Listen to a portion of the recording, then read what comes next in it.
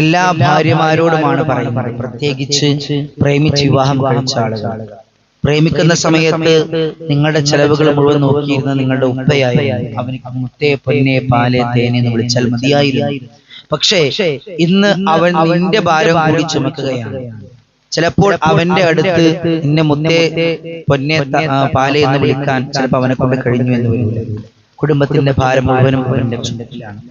സ്വന്തം ഭർത്താവിനേക്ക് ചിലപ്പോൾ നിങ്ങളോട് സ്നേഹത്തോടു കൂടി സംസാരിക്കാൻ ചിലപ്പോൾ അവന്റെ ക്ഷീണം കാരണത്താൽ അവനക്ക് കഴിഞ്ഞു എന്ന് വരില്ല.